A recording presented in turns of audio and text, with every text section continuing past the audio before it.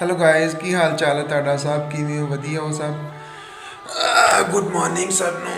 ਅੱਜ ਸਵੇਰ ਸਵੇਰ ਉੱਠਣੇ ਨੂੰ ਦਿਲ ਨਹੀਂ ਸੀ ਕਰ ਰਿਹਾ ਬੜੀ ਮੁਸ਼ਕਲ ਬਿਸਤਰ ਤੋਂ ਉੱਠਿਆ ਮੈਂ क्योंकि मौसम ਜਿਹੜਾ है वो बहुत ही ज़्यादा ठंडा मौसम है इंजॉय वाला मौसम है इस वास्ते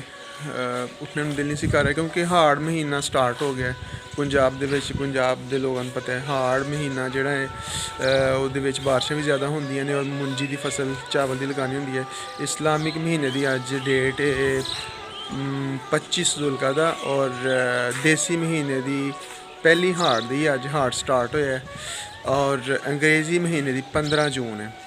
और पंजाब ਦੇ ਮੇਲੇ ਵੀ ਸਟਾਰਟ ਹੋ ਗਏ ਨੇ ਉਹ ਪਿਛਲੇ ਸਾਡੇ ਜਿਹੜਾ ਪਿੰਡ ਤਾਰੀਖੀ ਮੇਲਾ ਲੱਗਦਾ ਉੱਥੇ ਠੀਕਰੀਆਂ ਪਿੰਡ ਦੇ ਵਿੱਚ ਕਬੱਡੀ ਵਗੈਰਾ ਹੁੰਦੀ ਹੈ ਪੰਜਾਬ ਦੇ ਵਿੱਚ ਤੇ ਮੌਸਮ ਅੱਜ ਬੜਾ ਹੀ ਜ਼ਿਆਦਾ ਠੰਡਾ ਹੈ ਸਵੇਰ ਸਵੇਰ ਉੱਠਣੇ ਨੂੰ ਦਿਲ ਨਹੀਂ ਸੀ ਕਰ ਰਿਹਾ ਜ਼ਰਾ ਵੀ ਲੇਕਿਨ ਉੱਠਣਾ ਤਾਂ ਪੈਣਾ ਹੀ ਹੈ क्योंकि ਸ਼ਡਿਊਲ ਹੈ ਕਿ ਡਿਊਟੀ ਤੇ ਜਾਣਾ ਹੁੰਦਾ ਹੈ ਕੰਮ ਤੇ ਜਾਣਾ ਸਵੇਰ ਸਵੇਰ ਨਾਸ਼ਤਾ ਕਰਕੇ और अम्मी नीचे आवाज़ां लगा रहे सन बड़ियां ही ज़्यादा जल्दी उठो अज लेट हो गए क्योंकि मैं अज नमाज भी अनफॉर्चुनेटली नहीं पढ़ी सुबह की क्योंकि थोड़ी तबीयत नासाज सी रात में इस वास्ते उठे नहीं गया वेखो सामने ना कितना प्यारा पिंड है साडा पिंड की जिंदगी कितनी इंजॉय वाली है और देखो आसमान ते ए वेखो बादल नज़र आ रहे होंगे तुहानू कितना ही ज़्यादा कूल वैदर है बड़ा ही प्यारा ठंडी ठंडी हवा चल रही है और इंजॉय वाला मौसम अज इस वास्ते मैं भी सोया होया सा बिस्तर ते ना अज कुछ ज़्यादा ही नींद ले ली है क्योंकि 2 दिन तो ना नींद नहीं सी पूरी हो रही रात को ज़रा शेड्यूल सी कुछ गेस्ट आए हुए सन इस वास्ते रात को नहीं सी सोना ज़्यादा ना तो सुबह भी जल्दी उठना होंदा सी क्योंकि मेहमानों नाश्ता वगैरह लिया के देना खाना वगैरह तो अज नींद भी पूरी की है खूब और हुण सुबह माशाअल्लाह मौसम भी बड़ा ही ज़बरदस्त है इंजॉय वाला मौसम है देखो तुसीं साडा पिंड कितना प्यारा है नाल और गर्मी दे विच जिहड़े दरख्त नज़र आ रहे हैं तुहानूं हर जगह ते थोड़े थोड़े दरख्त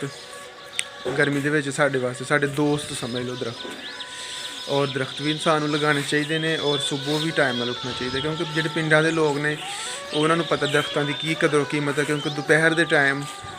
जो लाइट चला जाती है लोड शेडिंग हो जाती है तो दरख्तों के नीचे ही लोग बैठते हैं सारे साड़ियाँ मस्तूरात भी और जेंट्स भी जोड़े ने दरख्तों के नीचे बैठ के तो जोड़ा वो गुजारा करते हैं वैसे भी जी फिजाई खूबसूरती वास्ते दरख्त बड़े अच्छे ने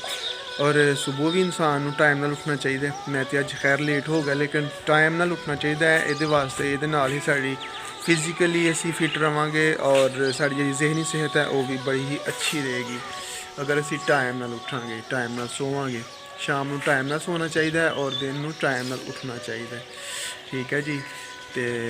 हुण इंशाअल्लाह करांगे असी नाश्ता पहला जावांगे बाहर थोड़ी सैर करके आवांगे फिर नाश्ता करांगे फिर अपने काम ते निकल जावांगे तुसीं दसो तुहाडा की शेड्यूल अज दा और किवें लग्या तुहानूं पिंड किवें लग्या।